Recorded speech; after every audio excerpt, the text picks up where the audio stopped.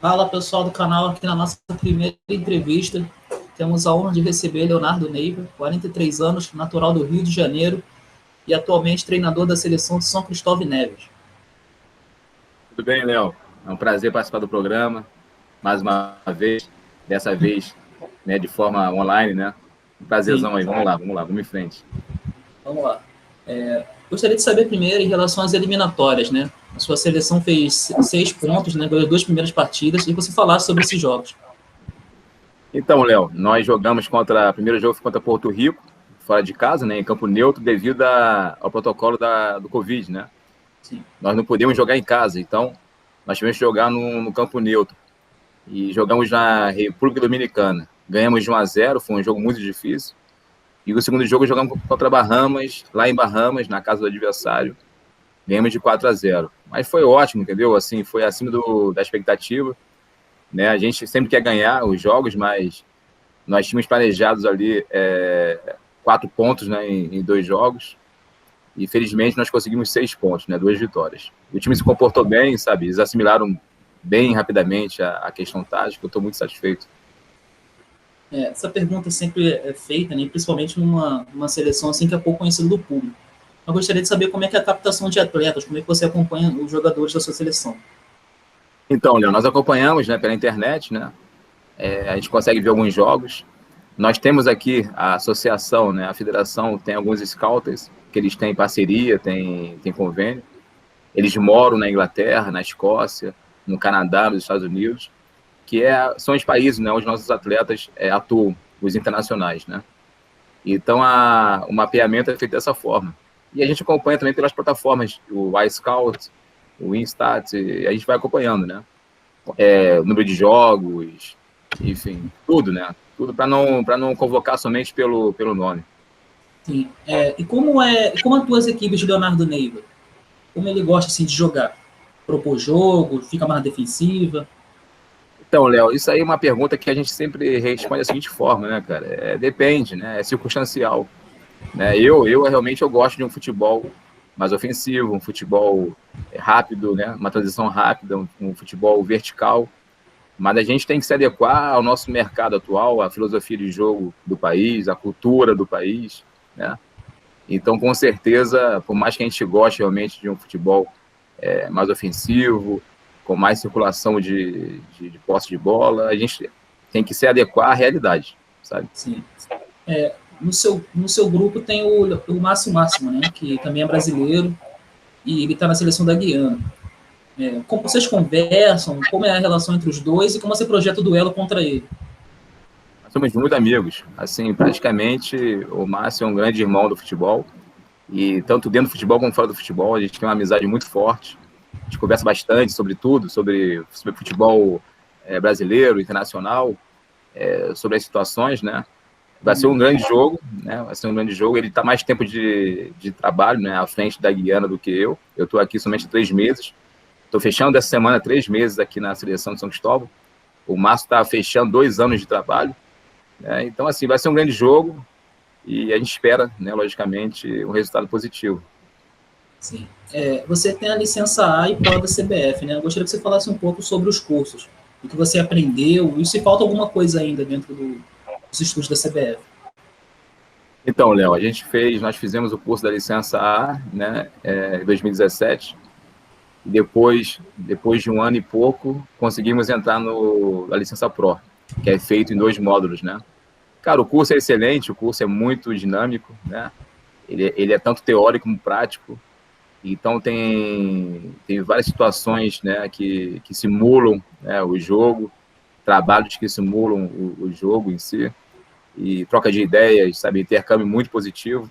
Eu tive a sorte, né, eu fui privilegiado de ter feito parte de uma turma excelente com vários treinadores da Série A, do futebol brasileiro, e os últimos 3 treinadores da seleção, né, o atual que é o Tite, e os últimos 2, Mano Menezes, Dunga e o próprio Parreira como professor, né? Então foi muito bom, curso excelente. Você trabalhou em 4 continentes diferentes, né? Então é uma coisa muito diversificada, muito assim, você aprende muita coisa também e absorve. Eu gostaria que você falasse um pouco sobre esses trabalhos, onde você mais gostou de atuar. Léo, nós trabalhamos, vamos lá, na Ásia, em 2 países, na Tanzânia, onde fomos campeões nacionais da Supercopa. Trabalhamos na África do Sul, na base. Na Ásia, foram 4 passagens na Ásia, Mianmar e Tailândia. E aqui no Caribe, né, na Jamaica, onde fomos campeões nacionais, agora em São Cristóvão e Neves. E na África do Sul, nós fomos campeões da Nelson Mandela Cup. É como se fosse uma Copa São Paulo Juniores, né? Uma gazetinha deles. Enfim, cara, assim, em relação ao lugar onde eu mais gostei de atuar, olha, fui muito feliz na Tailândia, né? É uma atmosfera muito semelhante ao que nós temos no Brasil de Série A, estádios bons, estrutura física, sabe, formidável, muito boa. A Tanzânia também, estádios lotados, 60 mil pessoas nos jogos, enfim. E a gente tem a chance sempre de trabalhar na Premier League local, né? Então são campeonatos bem estruturados, fisicamente, dentro e fora do campo, sabe? Futebol também, um nível interessante. Em relação aos gringos aqui no Brasil, né? Antes mesmo da chegada do Jorge Jesus, a gente teve muitos treinadores estrangeiros aqui, só que a grande maioria não deu certo. E no momento dessa gravação, o Ariel Holan acabou de pedir demissão do Santos, né? Como você observa a chegada dos gringos aqui no Brasil? Então, já era esperado, né? O treinador do Santos estava realmente... não estava indo tão bem. Léo, então, essa relação dos estrangeiros, né? Não é de hoje, né? A gente já contrata essa questão de contratar estrangeiros já é de 30, 40 anos atrás, até mais. Você pode ver que nos anos 90, o Lothar Matthaus veio a trabalhar no Brasil, no Atlético Paranaense, Careca, argentino no Palmeiras, o outro argentino no Passarella, no Corinthians. Então, assim, a verdade é que a grande maioria, né, não obteve sucesso, né? Então, a gente tem que tomar cuidado para não contratar somente pelo passaporte, né? Por ser português, espanhol, europeu, argentino, né? Contratar um profissional realmente bom, qualificado, para que ele possa realmente agregar, né? Somar algo e vir realmente como a gente, né? Eu sou super favorável a essa situação do intercâmbio, né? Sim. Até porque eu já trabalhei em vários países, né? Foram 6 países diferentes. Então, está sendo aqui meu 8º trabalho fora do Brasil. E, lógico, que a gente quer ser bem recebido, como a gente também deve recebê-los muito bem, né? Mas, assim, nós temos profissionais excelentes no Brasil, né? Super capacitados, qualificados, que conhecem muito bem o futebol brasileiro, ex-jogadores de sucesso, treinadores de sucesso. Então, eu acho, assim, que o Brasil tá indo para um caminho, sabe, uma modinha, né? Uma modinha de contratar o estrangeiro por si só por ser estrangeiro. Sim, só pelo passaporte. Ainda em relação aos treinadores, gostaria que você falasse sobre aqueles que você mais admira e por quê, assim. Então, Léo, a gente, por exemplo, eu trabalhei, desculpa, eu fui dirigido por alguns, né? Convivi com outros, até na questão do curso também, da licença A, licença Pro. Cara, não tem um nome específico, né? Nós temos, assim, vários bons representantes do futebol brasileiro e mundial. Você pode ver, por exemplo, Renato Gaúcho, Cuca, na parte ofensiva, sabe? Mano Menezes, assim, sensacional pelos números, né? Tite. Então, assim, você pega um pouco de cada um, né? E faz ali um pouco de uma salada mista, sabe? E com o que você pensa também, você vai ali modelando e até você chegar no teu estilo de jogo, de trabalho. Sim. Porque no Brasil agora vai ter a lei dos treinadores da primeira divisão até a terceira, que só pode demitir uma vez. E parece que vai começar agora a dança dos técnicos antes do Campeonato Brasileiro, né? Fortaleza ontem mesmo demitiu o Anderson Moreira. Como você observa isso e se você concorda com essa lei? Eu concordo, Léo, se ela for bem aplicada, né?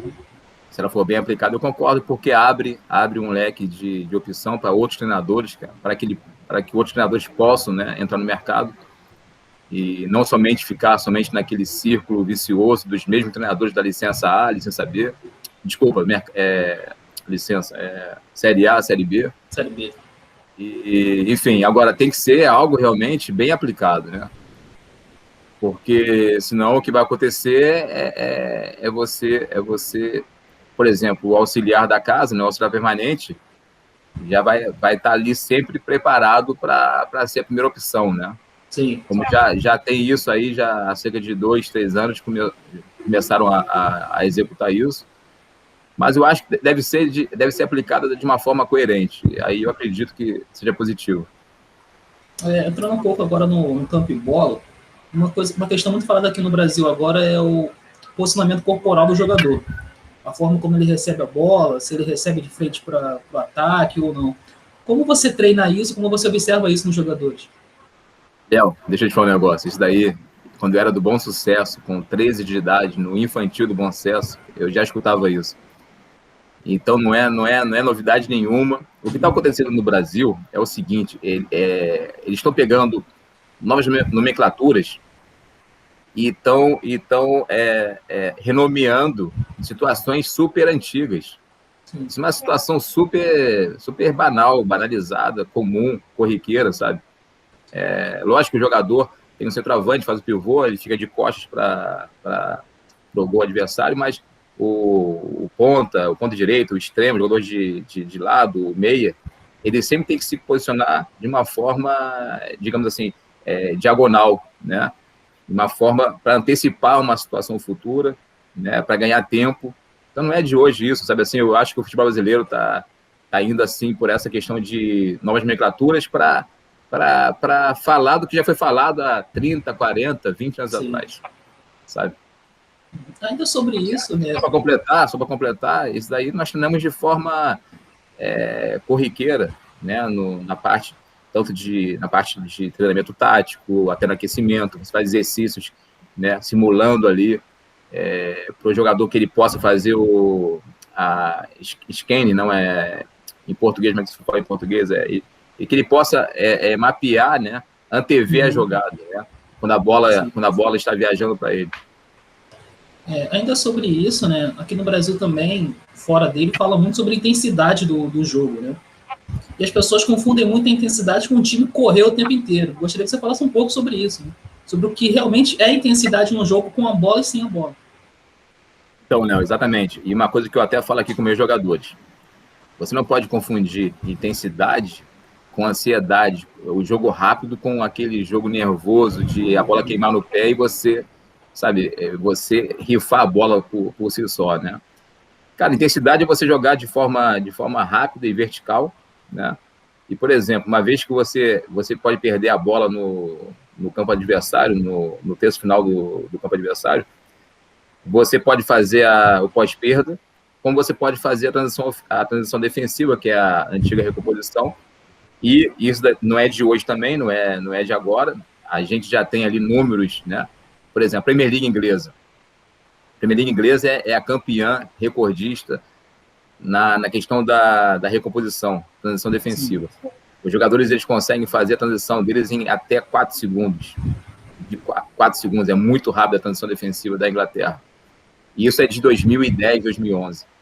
Então, assim, por eu ter trabalhado muito fora do Brasil, eu tive essa sorte, privilégio de realmente ter esse intercâmbio com treinadores europeus, ingleses, alemão, inglês, espanhol, sérvio. Então, essa questão de compactação frontal, compactação lateral, sabe, jogo apoiado, para a gente que atuou fora do Brasil, não é novidade, é uma questão de 10, 15 anos atrás. Né? Agora, é isso, sabe, você não pode confundir a intensidade, né, jogar rápido, um jogo vertical ou ofensivo, com ansiedade, né? Assim também como você não pode também ter uma posse de bola sem objetivo, que te expõe, né? Te expõe ali no teu campo, sabe? Eu não gosto dessa posse de bola sem objetivo. Eu prefiro uma circulação de bola no campo do adversário. Eu não gosto, não é que eu proíba, né? Proibir é muito... Eu não gosto dessa palavra proibir. Mas eu peço para que meus jogadores não se exponham tanto no nosso campo, né? Para que chegue ao terço final com o menor número possível de passes. Essa é a nossa intenção aqui. Sim, a gente estava conversando em off, né? Você falou que assiste muitas partidas, seja aqui no Brasil ou fora dele. Você costuma fazer algum tipo de anotações? E quais anotações você mais gostaria, assim... Não, mais gostaria não. Quais anotações você mais faz, no caso? Se você consegue absorver alguma coisa dos treinadores para as suas equipes.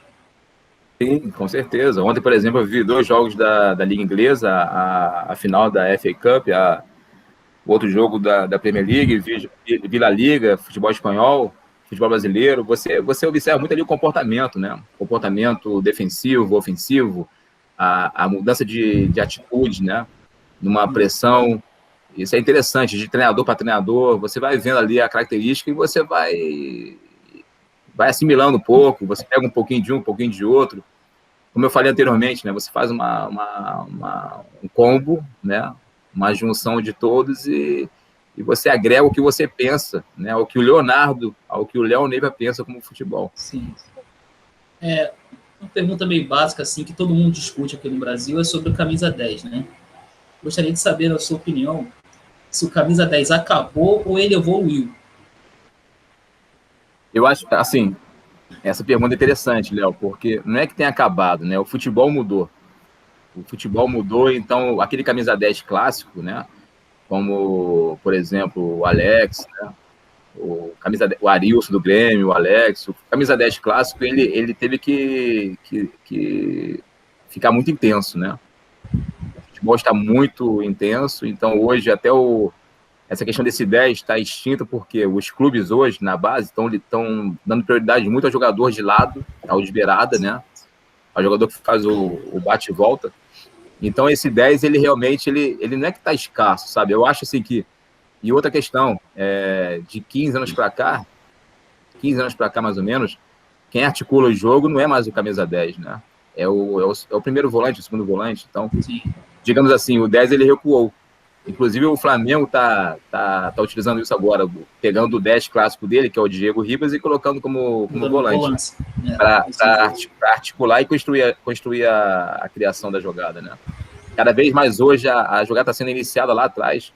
Agora com essa regra nova da FIFA também de não ter mais que a bola sair da grande área, né? Uhum. O zagueiro parece até salão, né? O São Paulo, por exemplo, o Daniel Alves pega a bola no pé do goleiro. Então, assim, o jogador tem que se adaptar à nova questão a nova questão do futebol. Ainda em cima disso, nas partidas do Everton da Inglaterra, é muito comum a gente ver o James Rodrigues, que é teoricamente o camisa 10 da equipe, buscando a bola entre os zagueiros. Sendo que os volantes do Everton são muito bons. Isso não desgasta o jogador ficar o tempo todo saindo do meio campo à defesa para buscar a bola? Tendo alguém para fazer isso, teoricamente? Concordo, porque, assim, obviamente que ele vai ficar muito longe, né, do adversário, né? Então, complicado ele manter essa intensidade de fazer o bate-volta, né, o box-to-box. E aqui também a gente tem alguns jogadores que a gente, até eu penso muito sobre isso, que, por exemplo, tem jogador com qualidade aqui para sair jogando. Aí, se eu quero que ele venha muito aqui atrás para iniciar a jogada, eu vou perder ali a chegada dele na área adversária, né? Então é um grande dilema, né? O ideal é você ter 2 jogadores que possam fazer essa função. Como o Everton tem um jogador qualificado para isso, não tem sentido ele recuar tanto, né? Então, concordo com você, o jogador qualificado, o camisa 10, tem que estar sempre ali, né, na área adversária, pisando na área e estar sempre ali. É como se fosse hoje praticamente um segundo atacante, né? Sim. Circulando atrás do centroavante, dos atacantes.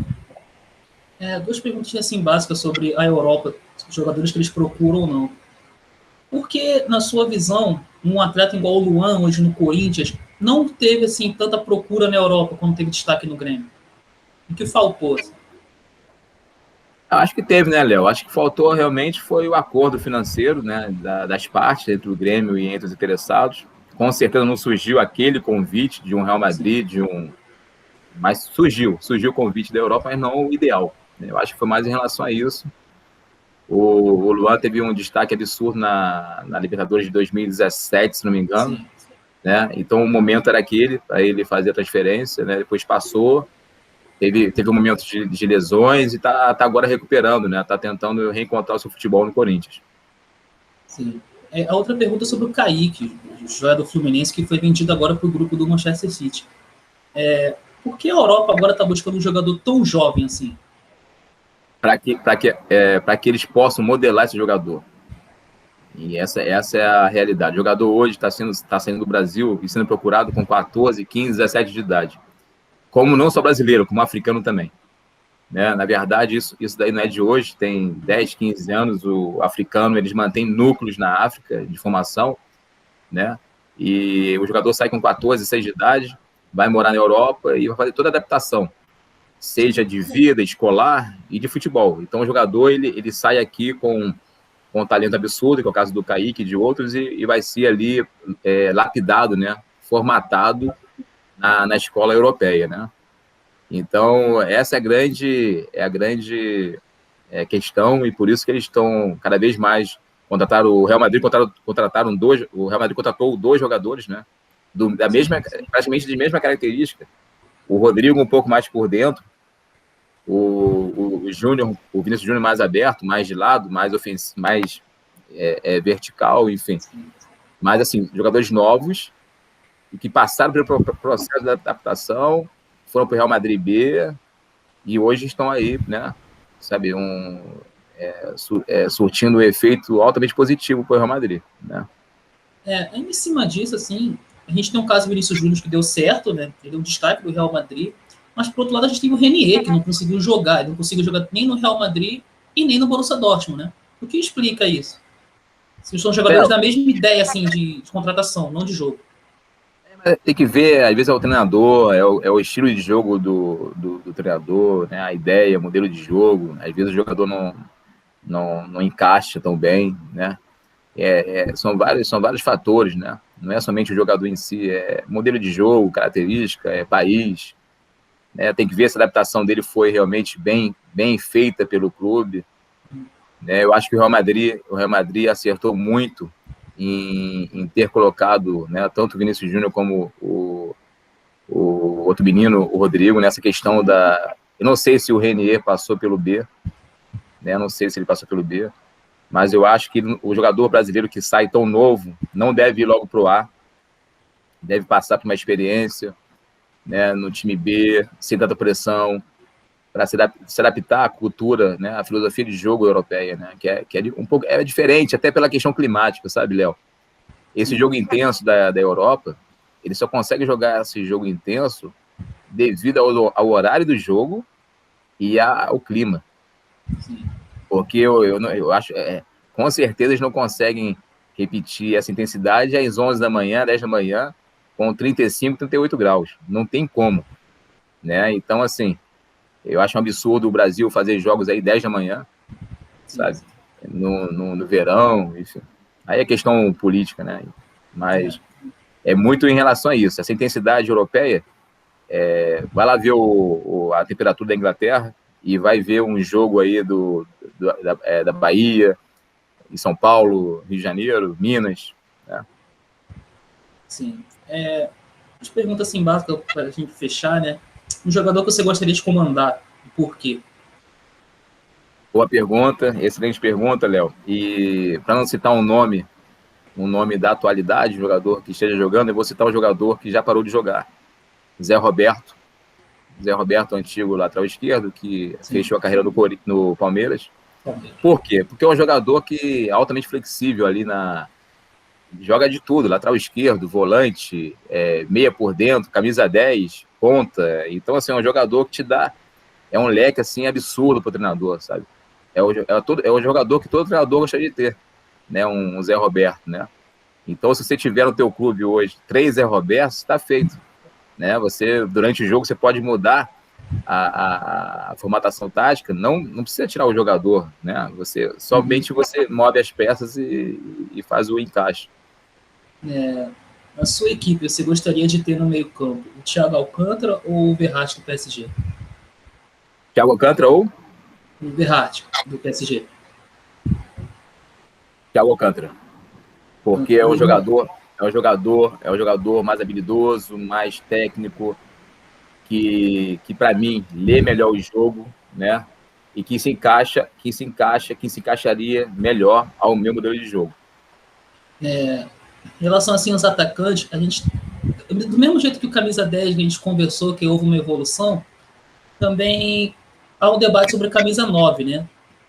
Qual camisa 9 assim você gostaria de ter na sua equipe? Entre várias opções, eu gostaria de alimentar umas 4 aqui. O Lukaku, o Lewandowski, o Haaland ou o Benzema. E por quê? Lukaku, Lewandowski, Benzema e qual outro? O Haaland, do Borussia Dortmund. Então, você colocou aí 4 jogadores muito semelhantes, né? De característica muito semelhante. Eu ficaria hoje com o Lukaku pela força física. Além da capacidade como jogador, os 4 são jogadores de alto nível, mas a questão do ponta, do camisa 10, essa linha ofensiva de 3, né, no 4-2-3-1, essa linha ofensiva de 3, mais o centroavante, ela não pode ficar e jogar estático, entendeu, Léo? Ela tem que eu, por exemplo, eu prego muito isso nos clubes que eu trabalho. Ela tem que sempre se movimentar sem bola, alternar a posição. Por exemplo, o ponto esquerdo, ele não pode começar o jogo e acabar no corredor esquerdo. Ele tem que ir para o meio, ir para a ponta direita, trocar com... E o centroavante também. E eu prefiro o centroavante com maior mobilidade. Então, digamos assim, se eu fosse escolher hoje o centroavante de futebol mundial, seria o Suárez, né? Que é um centroavante falso, é aquele centroavante, né? Ou até o próprio Neymar pode fazer esse falso 9 ali. Porque você tem que sempre tirar a referência do marcador, né? Sim. Aí você vai perder aquela referência diária do camisa 9, digamos assim, mais tradicional, o 9 mais antigo, né? Mas eu prefiro que se encaixe melhor no meu modelo de jogo, um 9 falso.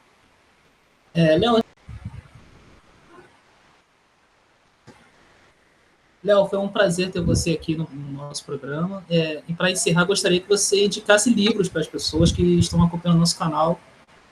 Desculpa, vou voltar para isso. Léo, foi um prazer ter você aqui no canal. E para encerrar, gostaria que você indicasse livro para as pessoas que estão olhando a entrevista e acompanham o canal. Então, Léo, o prazer foi meu. Então, vamos lá. Livro de futebol, cara. Livro tático que nós temos, né? Um livro muito bom, que eu já li até 2 vezes, foi Universo Tático do Futebol, do Ricardo Drubsky.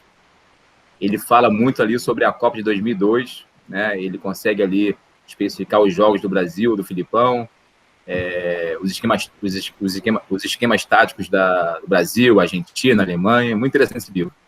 E fora do futebol, tem um livro de um pensador chinês chamado A Arte da Guerra, que ele serve ali, ele fala muito sobre as questões, né, táticas ali, as estratégias, questões táticas, as estratégias militares, né, que eles utilizavam nos conflitos, né, antigos da China, e você pode agregar esse livro e você pode até utilizá-lo como motivação e até agregar numa questão tática do seu trabalho. Muito legal esse livro também. Valeu, Léo. Muito obrigado e até a próxima.